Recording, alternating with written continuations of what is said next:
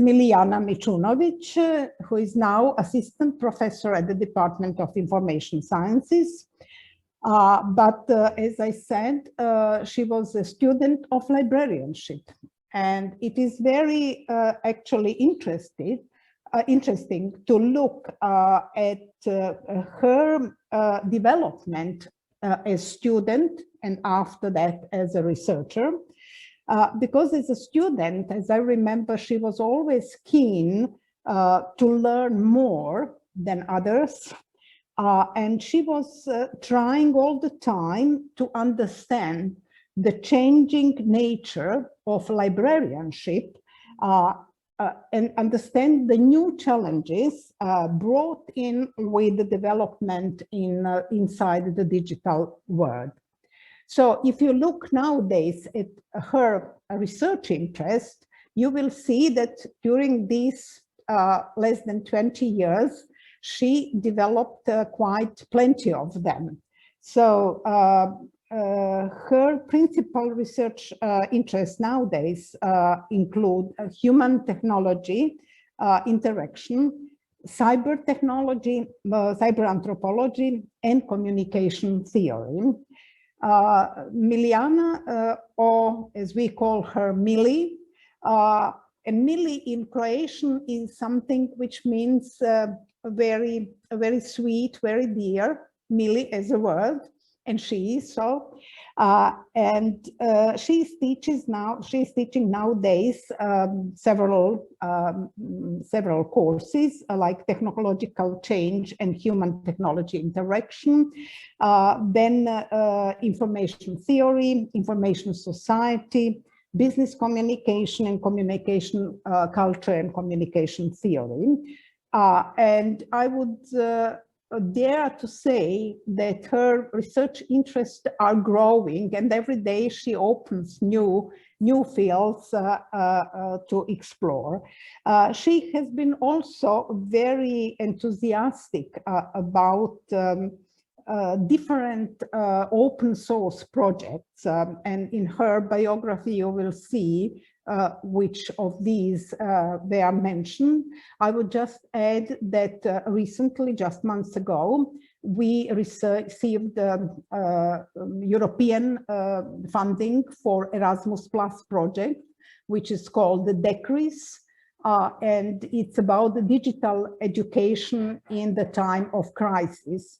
And Milijana also is a member of the research team, and she will be dealing actually with the first intellectual mostly with the first intellectual output, which is connected with how the different higher education institutions in Europe adapted to the crisis, pandemic time.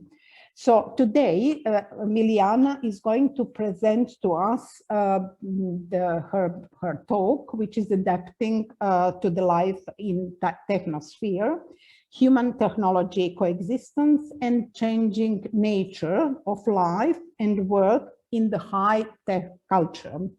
As I understand, she is going to focus on how to approach these challenges in a more nuanced manner, with more awareness, more calm, and more balance to all these changes we are confronted with. So, Milijana, floor is yours. Thank you, Professor Parts, for this kind words and introduction. This is what I will talk about, and that is what Professor Aparats already said, and that is adapting to the life in the technosphere. The main focus will be on the culture of work and the culture of education, and how they are going through different transitions in the context of Fourth Industrial Revolution and in the context of the all prevailing high-tech culture that is building this technosphere. First of all, I want to put a little disclaimer because of the pessimistic and sometimes very depressing facts that I will have to cover. Most of the reports and the studies are not so optimistic, but I will try to talk on a more positive note, if possible. I hope this will be possible. And of course, as an opening quote, which is not here just to have a quote, to have a slide with a quote, but this is actually a person I admire very much. And I use this quote because it invokes hope, which is something I think we all need, especially because the quote itself, as well as the reports and the findings and the studies that I covered, they all somehow emphasize this state of ignorance and lost that we are in this current totality of reality. And I think that hope is something that we all need to better address the changes and to find this little path out of maybe sometimes depressive and pessimistic scenario that we can find ourselves in. So first of all, what is the plan for me today? That is to cover the topics of life and work in the Technosphere. I will also sometimes use my notes because I tend to talk a lot and go deep into different things. I have this mind, as my mentor once said, the mind of a butterfly. So I tend to go to different things. So I'll stick to my notes just to keep the track on time. So, of course, it is difficult to list all the shifts, all the nuances, all the disruptions that are currently happening and that have become the part of our everyday life. So I'll try to focus on actually two important questions. And that is in regards to the life in Technosphere, that is education, because I think that somehow we are all more or less directly or indirectly associated with it. And in terms of work, I will focus more on the emerging drivers of change that influence the work culture and work environment, and the emergence of distributed work, which has gained highlights not only because of the shifts in economic market and labor market, but because of what is currently happening, and this is the COVID-19 pandemic. Distributed work is actually a more broader term and includes remote work, outsourcing, and other forms of work, but I will use the term distributed work. Of course, I just want to explain why the need for a critical and philosophical approach to these issues. Well, a lot of these questions arise from the critical approach of social and cultural theory, philosophical anthropology, and philosophical posthumanism or contemporary posthumanism. I think that critical theory is quite evident because in order to be able to go through these changes and fluctuations, we need to understand the order of things, the structure, dynamics, and the source of the changes that are happening. In regards to philosophical anthropology, its value mostly arises from its critical view of a human person as a system, where each element of the system is in relation to every other element, not just in human as a system, but also in regards to the entire ecosystem. So the human as one element of the ecosystem is in relations to every other element of the ecosystem. Philosophical anthropology tends to see the man in relations to every other element in the ecosystem, and most importantly, the work. So the philosophical anthropology is trying to actually assess how the man, in doing his work, which he has been doing through the history of humankind, how is he now relating to it in a different aspects? Work has been the part of human society since probably ever. It was something that was assigned to people who did something wrong, or to people who were born outside certain social groups and cultural groups. Sometimes it was viewed as a path to enlightenment and spiritual liberations. Today, it is mostly viewed as a part of our identity and a way to convey to our social roles, but also it is important to see work today related to different aspects of a human person. And this is why this approach of philosophical anthropology is important. Also, philosophical, I will just mention here one thing more about the philosophical anthropology and why it is important in regards to analyzing the work in Technosphere. This is a quote by philosopher Thomas Melendo, quoted by in Lombo and Rousseau. His definition of work is quite important because it emphasizes the subjective meaning of work. Of course, the objective meaning in the terms of some objective outputs, tangible outcomes and objectives is also very important today, especially because we live in materialistic culture. But philosophical anthropology very much emphasizes the meaning or the importance of the subjective meaning of work, which is one that is important because it emphasizes the importance of enhancement, self-reflection, self-fulfillment for the person who does the work. Also, this subjective meaning of work usually involves two other meanings, and that is relational meaning of work and ecological meaning of work. Relational meaning that when doing the work, important thing for a person is also to create relationships, to create social networks, to give back to community. And in regards to the ecological meaning of work, for a person who is doing the work, it is important to, while doing the work, to be very careful in regards to its habitat and environment and how it changes due to his work. This subjective meaning of work is especially important today because of the new generation of workers who are placing a great deal of importance on what does the work mean to them, not just as this process to attain some objective outcomes, but what does the work do for them as a person. And this is why this view of philosophical anthropology is important. Another thing that is important, that is the view of philosophical posthumanism and contemporary posthumanism or posthumanism in general.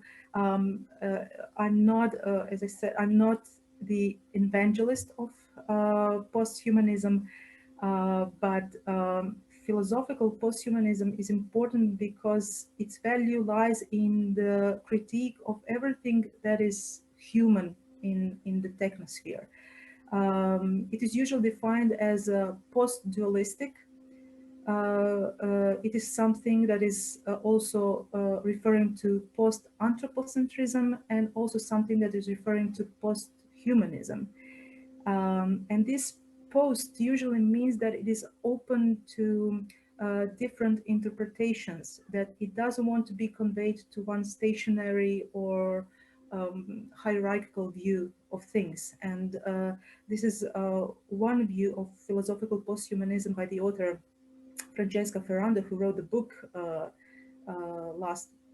actually in 2019, called Philosophical Posthumanism, where she sees it as this new regenerating wave of critical thinking, which is actually very important today because of all the mentioned shifts and all the shifts and disruptions that we will mention and discuss later. And as I mentioned, all the changes that are happening due to technological development and innovations.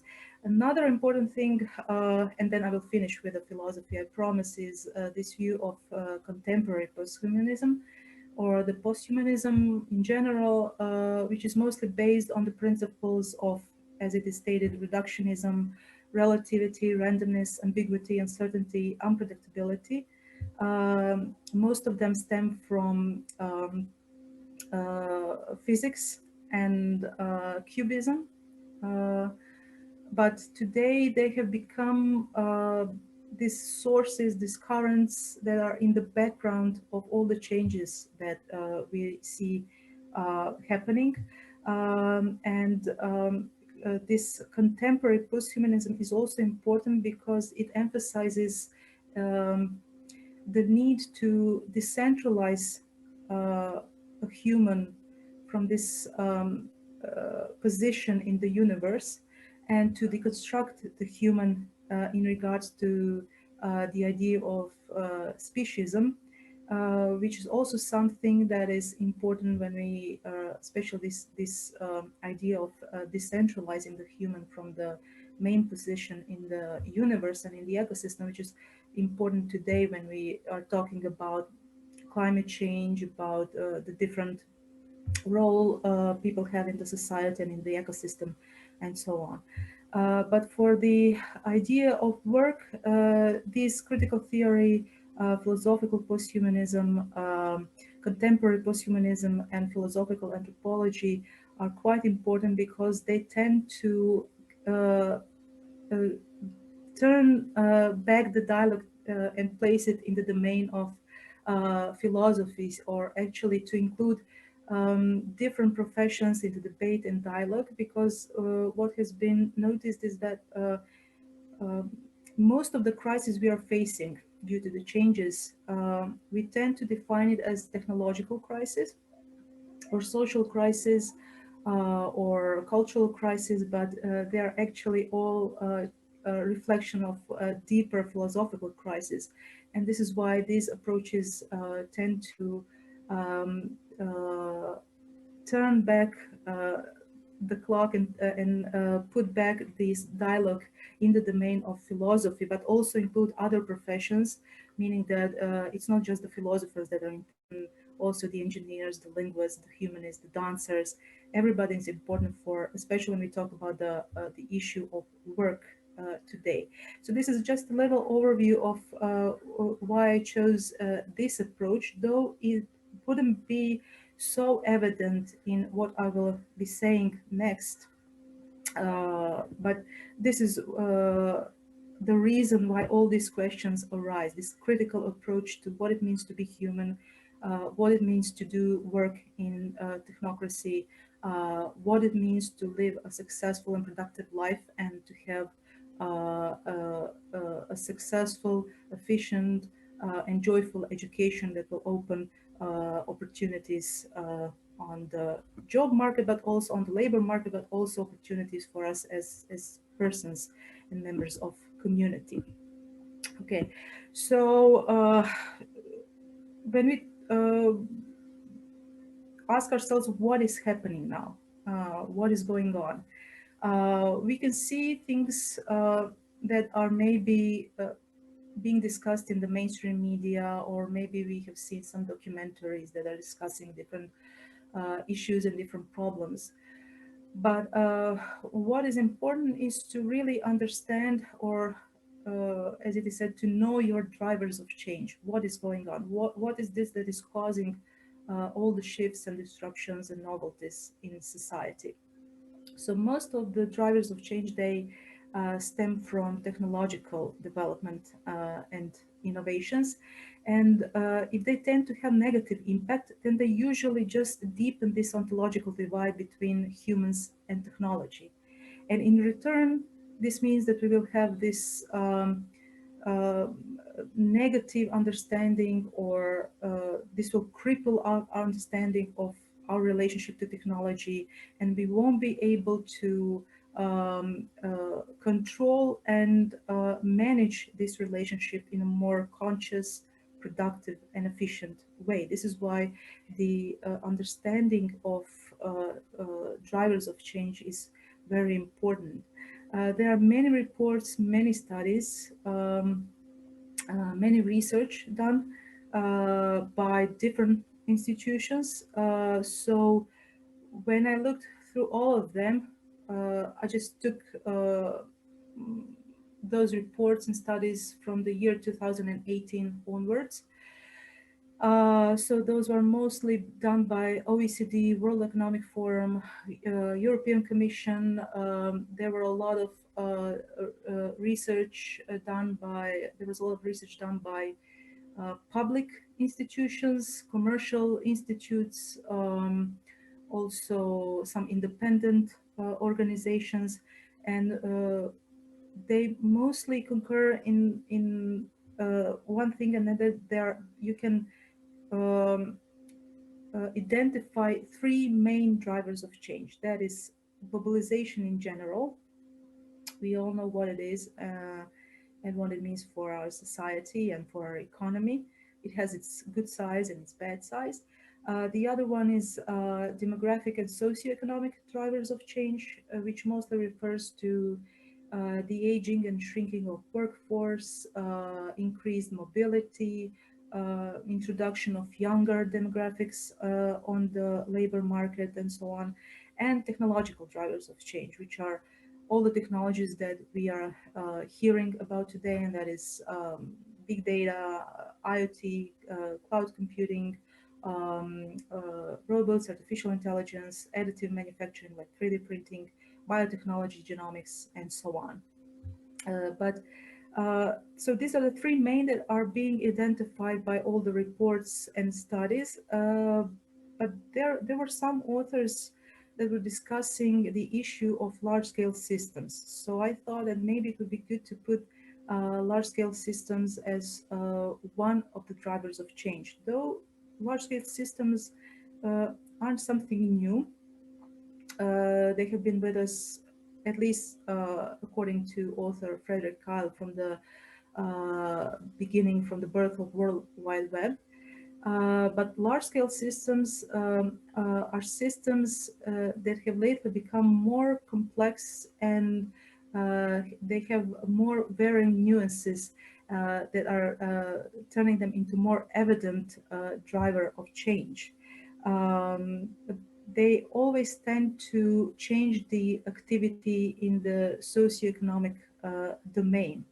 And these drivers of change in the form of large-scale systems have the greatest impact on displacing human labor and on causing mass idleness, because large-scale systems are mostly today encouraged by machine thinking, machine learning, and introduction of AI and robots.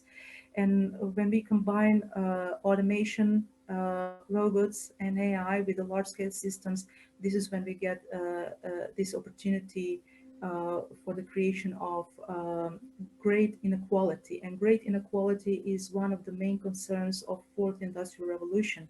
And this is why it is mostly characterized as social, cultural, and philosophical revolution, more than technological or economical revolution. So these drivers of change, of course, they cause changes and challenges both on individual level and on the societal level. On individual level, it's mostly evident through commodification of different aspects of human life, and on societal level, it is mostly evident through different social changes, through like disruption of in the economy of value change. In the work, it is evident through disruptive forms of work, the emergence of new forms of work like distributed work, or creation and spreading of non-standard forms of work, like those that are evident in gig economy and what we call the Uberization of work. So what is the state of work today? I put this because I just like the series, I just like the TV show, but also because it refers to the current state on the job market, at least if we ask workers and if we try to analyze their fears. Most of us are afraid that robots, automation, AI will replace most of the jobs. And what is actually happening with the work in the technosphere is that there are different economical and technological changes. There are new forms of economy, like app economy, gig economy, sharing economy. There are new forms of capitalism, like capitalism without capital, that is mostly based on intangibles, like in knowledge-based economies, or conscious capitalism, which is a proposition as a new form of capitalism that would be better than this standard traditional model that we are now having. But what is common to all of them is that they are trying to commodify work as more as possible. And this increased commodification of labor just tends to cause the approach that we see labor only as a cost that needs to be minimized. We don't see this subjective meaning of labor, relational meaning of labor, or ecological meaning of labor that philosophical anthropology emphasizes as also the important ones, or the important aspects of work. And this is just one estimation of the World Economic Forum from 2018 report, saying that the labor market transformation that will happen due to fourth industrial revolution will lead to the creation of 133 million new jobs and simultaneously displace 75 million jobs over the period of 4 years. So if they were correct, then next year we would be able to see if this was true, if this was true or not. All these changes have already been impacting work economy and our jobs. As I mentioned, there are some disruptions in the value chain. There are also more emphasis on customers and clients. They have become the epicenter of the economy. There is enhancing of products and services, even the traditional one. If you just add some digital aspects, digital capabilities, they become more concurrent on the market.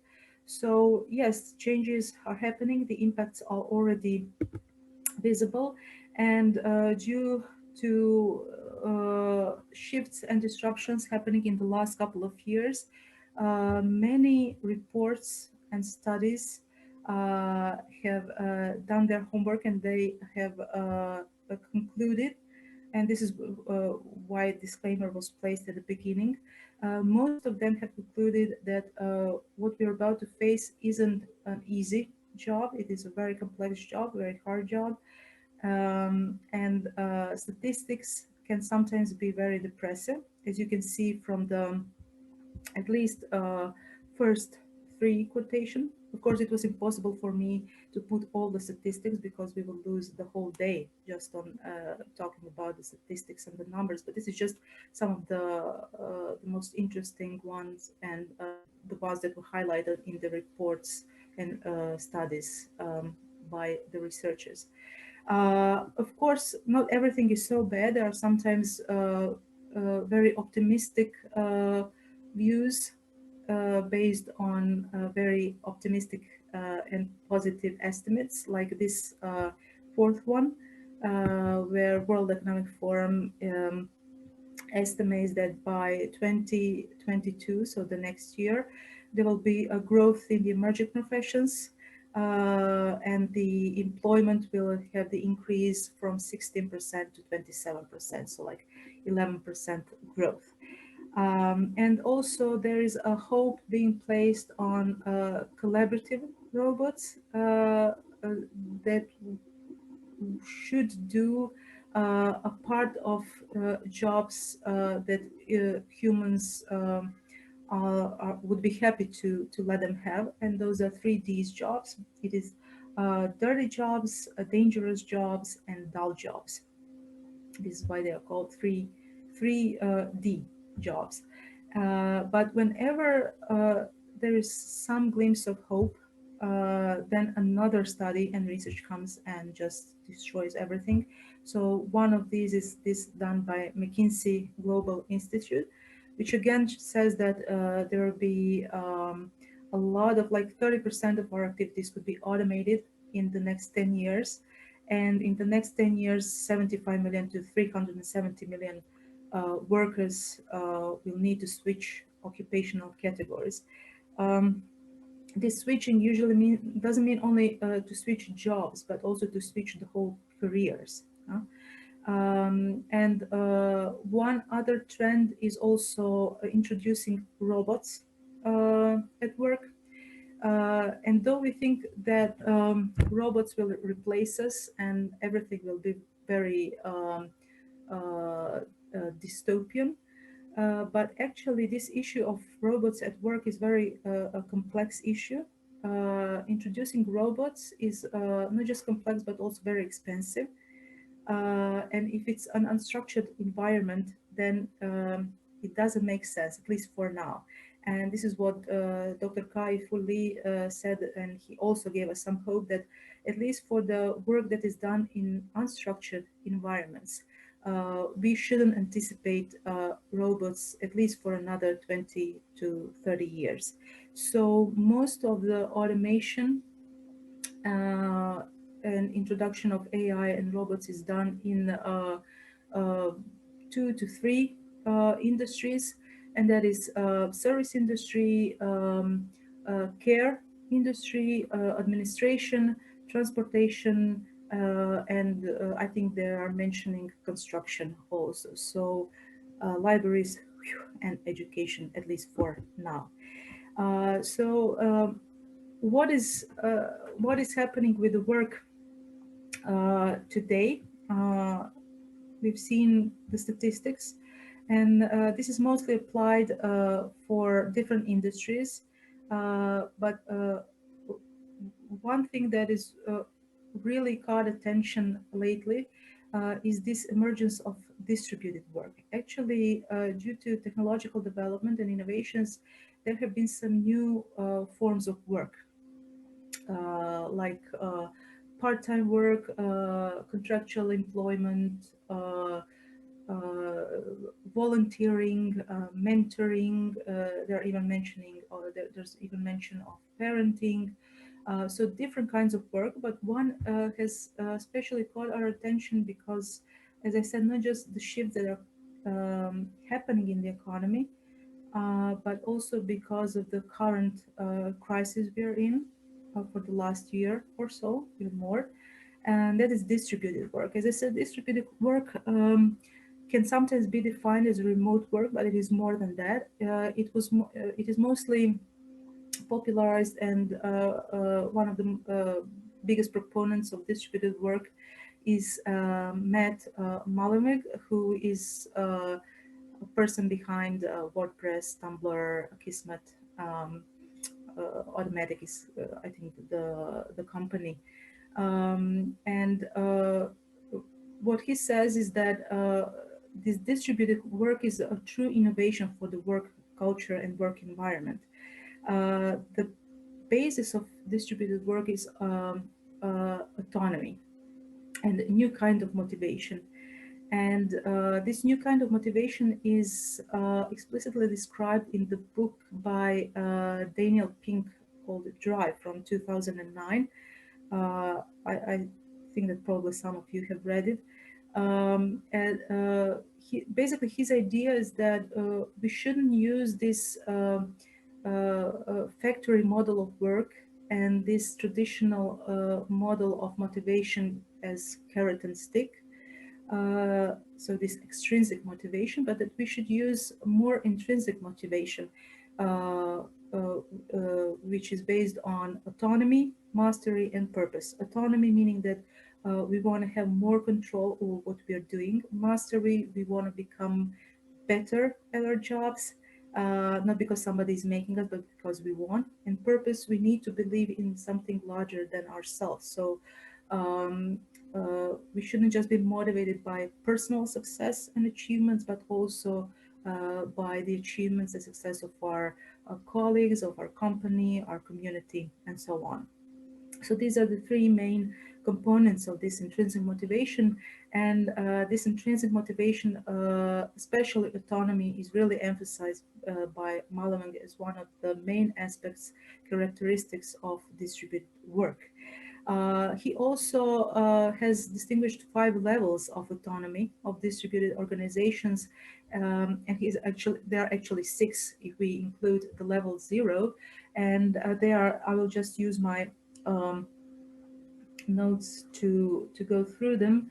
Level 0 autonomy, those are the jobs that you can't do in a distributed way. A person has to be physically present. So this is why he calls it level 0. So he just mentions them, but they are not these 5 levels of autonomy. The autonomy actually starts at level 1. And this is, as he says, there's no deliberate effort to make things distributed. It's actually something has happened, and we will do distributed work for maybe a day or 2, and then we go back to all things. Level 3 is when actually where we are today, and this is when something has happened like COVID-19 pandemic, and we know that now we have to work remotely or in a distributed way for some time. For us, it has been, I think, over a year now. Level 4 is when we really see the benefits of distributed work, and then we invest in our home offices, in the asynchronous processes, and so on. And level 5 is what he calls nirvana. It's when actually distributed work is the proof of really real efficiency and success, and where people doing the distributed work are better than those doing the work in the traditional model, especially factory model, because distributed work is regarded as sort of opposite of this traditional factory model. Of course, there are some doubts and fears about distributed work, even amongst those who are a part of it and who are part of this model of work. The first is the issue of productivity, that we won't be able to be productive as when working in the office, which is not true. And studies have shown, at least this study done by the company VMware in last year, that most of people have noticed that they are even more productive when working from home. Of course, this is very debatable. It depends whether people have a place for a home office, whether they have actually is there a possibility to work from home or not. And of course, when company decides to do distributed work, or organization or an institution, is there a way to provide your employees with all the tools they need to do the work from home? But this study has shown that the productivity is not the issue. Then there is a fear in regards to collaboration, and that is a fear that if we start working from home, then our teams will collapse and we won't be able to collaborate anymore successfully. But that has also been proven wrong, because the collaboration has risen because of this conscious effort to communicate with our colleagues. And the issue of morale and motivation, which I think that 83% of the respondents in this study said that they actually feel very motivated to work from home. But as I say, it is debatable, because sometimes depends if this distributed work is aligned with the company's mission and vision and the nature of work in general. And if the employees of the company, of the organization, institution, if they have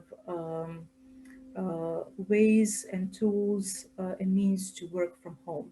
Another issue or a fear or a doubt connected to distributed work is the issue of management, meaning that management also has to recognize that work from home can be productive work, efficient work, and it doesn't mean that we always have to have control over our employees to be sure that they're doing their work. We have to place trust in our employees.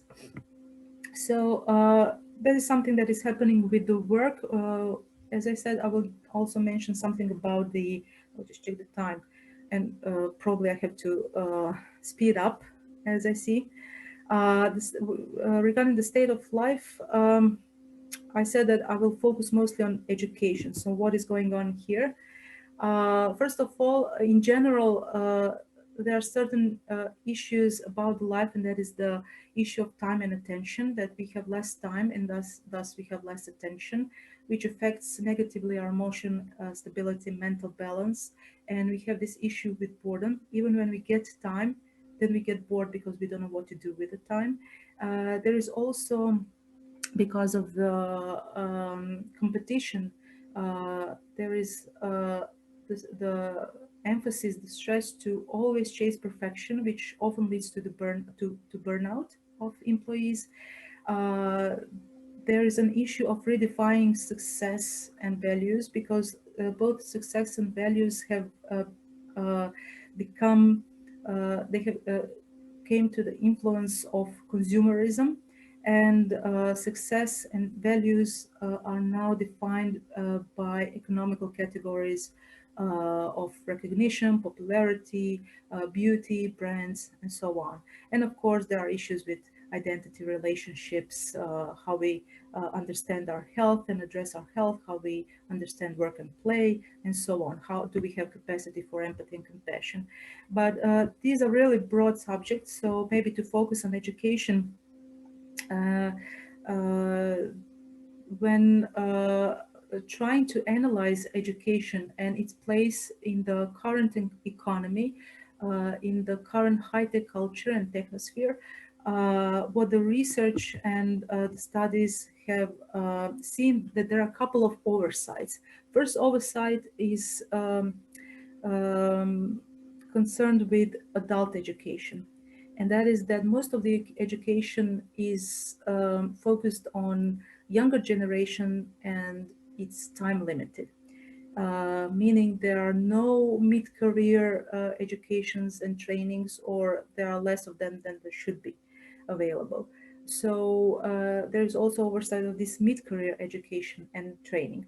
Another oversight is that too much focus is placed on already high-skilled workers, and like workers in poor countries or developing countries, or those that don't have access to education, are being left out. And another oversight is that we do not recognize online learning and training as important as we should be, or different informal and personal provisions of skills like Skillshare, Domestika, which is for the creatives. The main issue here is how to certificate these skills, this education. And one of the suggestions is, because it is not recognized by the current certification system, and one of the suggestion is to use blockchain as a system for full acceptance of certificates in this domain of online learning and training. Of course, to solve these issues, all the reports done by OECD, World Economic Forum, and this independent public and commercial institute organizations suggest that we need to rethink the education, and we need to focus more on creating future-ready curricula that will involve different skills in their program. So the issue of skills and reskilling and upskilling is very important when it comes to education, because the skills should follow all the changes, shifts, and disruptions on the market, especially when we think of this objective meaning of work. So World Economic Forum in its 2 reports suggests that we should, that what we see today is the growing skill instability, insufficient reskilling and upskilling across different industries and work groups, skill shortages in emerging industries and professions. And also there is, because all of that, we need a lot of energy invested in the expansion of education. So what they say is that we really live in the age of great differentiation of skills. And if you want to know what skills we are talking about, they're really like different categories, different group, different clusters. But top 15 skills for 2025 can be found in the report done by World Economic Forum 2020. What they emphasize the most are not specific technical skills, mathematical skills, linguistic skills, or whatever, but resilience, stress tolerance, and flexibility to be able to address changes and times that are coming, as also as mental balance and emotional stability. But then we ask ourselves, who will teach us resilience, stress tolerance, mental balance, and emotional stability? And at the end, the next 3 slides, we don't have to go through all these suggestions.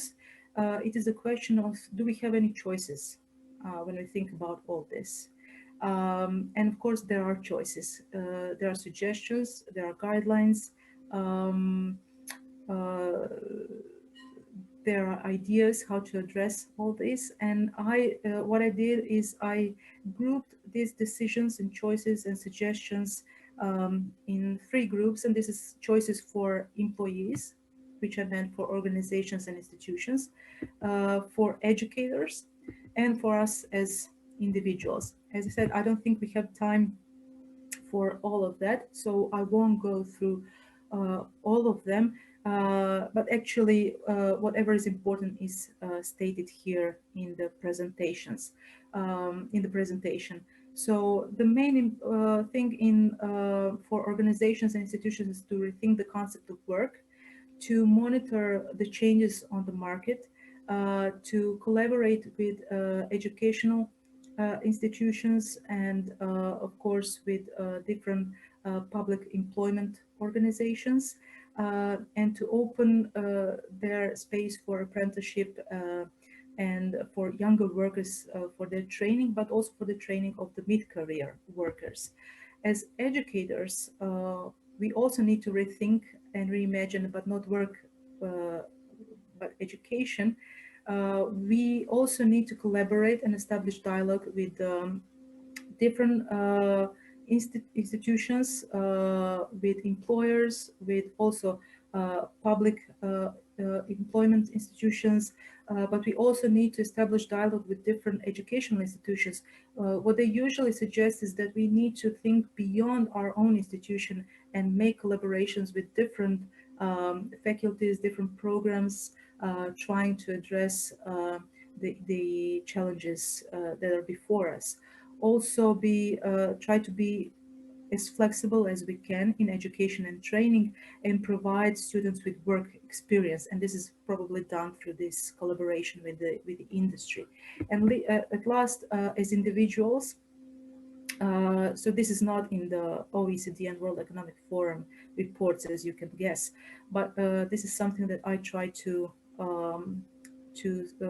conclude by reading all this literature and reports, and that is that as individuals we have to make peace with nature in global, and our own nature, which is fragile, imperfect. So we need to stop chasing this perfection, but maybe focus more on consistency. We need to embrace and make peace with boredom, meaningless, transience, with being uncomfortable, because this is obviously something that awaits for us. And we have to make peace with technology. We have to go beyond this ontological device and constantly thinking of technology as something that will ruin us or something that stands across us. We have to see how we can use technology in a more conscious and productive manner. We have to embrace uncertainty and humility, which is actually a very important characteristic and skill, I would say. We have to keep working on our emotional stability and mental flexibility, which is probably the most important skills, especially today when we are isolated from each other. Cultivate social skills, because if we lose them, then we are really degrading humans, and take more constructive and holistic approach towards things that are happening, and stop pathologizing these changes and shifts in ourselves and in our environment, and also take time to think and reflect and contemplate what is happening with us, what is happening with education, with work, and with all the processes and currents that are standing at the background of these changes. I don't know if I managed to end on the positive enough note. So if not, I hope this picture will establish some emotional balance at the end. And I don't know if you have any questions, but if you don't, I prepared some questions so we can ponder upon them. Maybe to how can and do information institutions respond to issues and challenges arising from the changing nature of work? Like how did we, what was our response to, for instance, COVID-19 pandemic? How do information institutions apply the model of distributed work? How do they handle it? And maybe another question, how do these departments and programs and high schools prepare students for the future of work? What skills do we find most important, and what is our attitude towards maybe informal ways of training and personalized education? Or maybe if you want, how do you feel about boredom if you were bored during this talk? Okay, thank you